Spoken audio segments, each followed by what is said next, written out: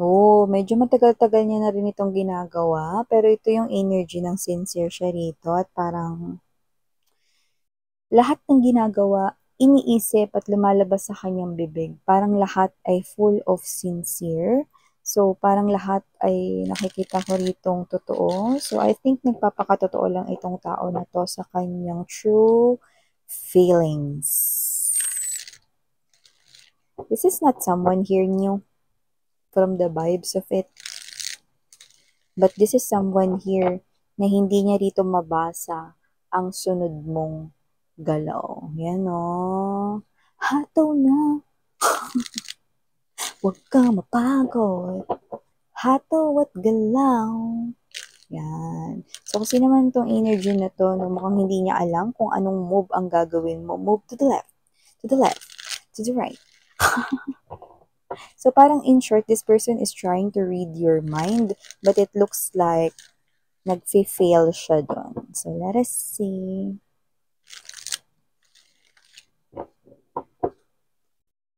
What's happening here? Okay, go.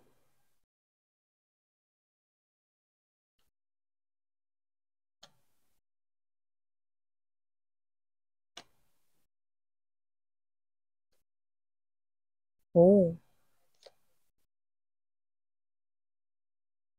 okay.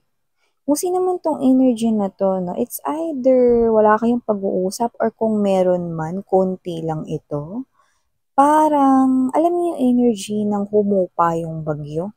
So, kung sino man tong energy na to, no, parang may nangyari sa inyong mga babes na hindi maganda. No, mga bagay na pwedeng hindi maganda way back before. Tapos ngayon, parang nag-uusap na kayo ulit.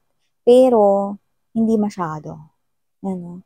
May ganong klase ng energy. Like, wala talagang magsisimula ng pag-uusap kung walang mag-uumpisang kumausap. Yan, no? Pero more likely, I'm picking up, no, na ito ay sa kanyang side, no? Meron siyang energy rito na kung hindi ko kakausapin si collective, hindi niya rin ako kakausapin. No? So, lapag muna natin lahat. So, in short, pag hindi siya first move, hindi mo rin siya kakausapin. At pag kinausap mo siya, naku, parang ang konti-konti lang talaga. Yan o. Six of Swords, Ace of Swords. Bottom of the deck, Two of Swords, Two of Wands, and the Knight of Swords energy. So, hi and hello there, collective. My name is Yan. Welcome new subscribers at sa ating mga returning tambayers. Thank you sa inyong walang sawang pagtambay. Siyempre, at kung hindi nyo pa knows, mayroon pa po tayong main channel, mga mahal. Ang link niya na inilagay ko sa description box ng reading na ito. So, if interesado, i-click lamang yan at mapupunta na rin kayo doon sa The High Priestess, no, na ating other channel, no, kung saan nag-upload tayo hindi lamang collective readings for all signs araw-araw, kundi meron din tayong reading per zodiac sign. Merong every other day, merong weekly at monthly readings. Kaya naman mga babes, no, pwede rin kayong mag-visit or gusto nyo mag-stay doon, go, no? Mag-subscribe lamang mga babes if you want. So, yun nga, nawala tayo ditong gender, babae, lalaki, LGBT, lahat po welcome. Okay, just take only what resonates, no? So, yun mga babes, no? And also, okay, meron kayong free will, like malaya ninyong gamitin yan kung gusto nyo i-claim yung mga messages or hindi. So, dito nakikita ko that we have here someone na marami siya ditong iniisip na mga plano. No? Kaso with this Hangman energy, Page of Swords right here, and the very, very strong Five of Wands, marami siya ditong iniisip na plano na gagawin, no? Sa inyo. Kaso, kahit na sa dinami-dami ng mga plano niya rito, hindi niya alam alin doon ang magiging epektibo para sa inyo. Kaya kung sino man tong energy na to, no, kagaya nga ng binanggit ko po kanina, with this Six of Cups energy, no, and there's this Five of Swords, Seven of coins, nakita ko na meron na kayong legendary history. So meaning to say, pwedeng kayo ay naging kayo na way back before at pwedeng hindi naging maganda ang inyo ritong mga last na mga days ng inyong connection bago kayo naghiwalay noon or hindi maganda yung inyong paghihiwalayan noon, no? Pero that is what already happened in the past. Thing right now is pwedeng nagkausap na kayo, kinakausap mo naman, pero konti lang. Konti lang. No? Kaya kasi naman tong energy na to mga babes, no? Hindi kasi yun ang goal niya. Pero nagpapasalamat siya sa konti na yun, no? Dahil yung iba sa inyo, pwedeng hindi niyo siya kinakausap, pero pinapansin niyo naman, no? Pero hindi niyo siya papansinin kung hindi siya yung unang gagawa ng movement, no? Paano bang ganun, Miss Yan? Kung hindi siya yung unang mag-hi or mag-hello sa inyo, hindi kayo yung unang mag-hi at mag-hello sa kanya. Ganon. At kung hindi rin naman siya ang unang mag-chat or magme-message, magte-text o tatawag sa inyo na una, hindi rin kayo unang tatawag, magte-text at mag-chat sa kanya. So lahat ay nakaangkla sa kanya rito. No? Although hindi niya yun gusto with this 9 of Wands energy, pero no choice siya. Ano?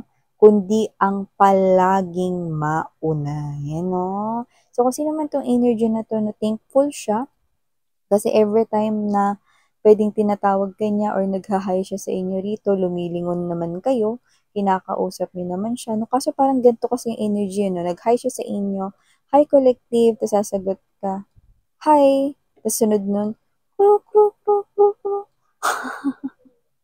Kung hindi siya magbo-brought up ng topic, ang mangyayari niyan, hi, bye. Yan, no? So, kayo ito mga babes, no, na ibang-iba na sa inyong dati rito na connection noon. Kasi with the Six of Cups energy, kahit kayo very giving sa situation, no? Hi, hello, kamusta? Ano, Ami, bala ka ba ngayong weekends? Or ano, tara, ganto, ganyan, no? Dati, hindi niya na kailangang hilingin kung ano yung mga susunod na usapan dahil kusa mo na yun na sinasabi, no? Pero dito, mga babes, no, parang ang nangyari, magkakilala na lamang kayo, no? Alam mo yung parang pangalawa, kasi di ba kapag hindi kayo magkakilala, strangers, yun, tawag doon, no? So, strangers na parang, excuse me, saan nga po pala yung daan papunta dito sa Divisoria? Ganun lang. Tapos pagtapos, okay, diretsuhin mo lang to. Tapos kumanan ka, dire-diretso. Yan, no? Tapos pagtapos nun, ganun po ba? Thank you. Di ba ganun pag stranger, no? Pero dito, ina-acknowledge mo na kilala mo siya. Yan, no? So, next to stranger, dito sa, parang nandito kayo sa stage na magkakilala kayo. Yan, no? So, nakita ko dito na hindi madali yung pinagdaanan ninyo rito, no, sa person na ito. So, pwedeng may trauma involved. Pero yung iba naman, pwedeng nasaktan niya kasi kayo way back before, no. So, parang kayo to na kinakausap-kausap niyo siya, pero alam niyo yun, hindi niyo siya tinuturing na friend, parang kakilala. Yan, no. So, pag tinawag niya kayo, lilingon kayo, magha-hi, kakaway, tapos bye. Or kapag chinat niya kayo, no, ng hi, hello, mag-reply kayo, tapos aantayin nyo na kung ano yung sunod niya sasabihin. Kung wala, ay di wala. Basta hindi kayo rito mag-uumpisa ng usapan. Laging siya, no? Kaya medyo napoprostrate siya kasi hindi ito yung gusto niya. Pero patuloy pa rin siyang nag-give in dito sa connection na ito, no? Pareho pa rin niya nire-revealed or same pa rin yung energy niya, no, sa pag-rebuild nito. May progress pero siya ito na thankful na rin siya sa pagbabagong yon, no? Kasi dati talaga hindi niyo talaga siya as in pinapansin. No? Pero ngayon, pinapansin niyo na. So, merong changes doon. No? Pero hindi siya satisfied doon kaya gusto niya ng more.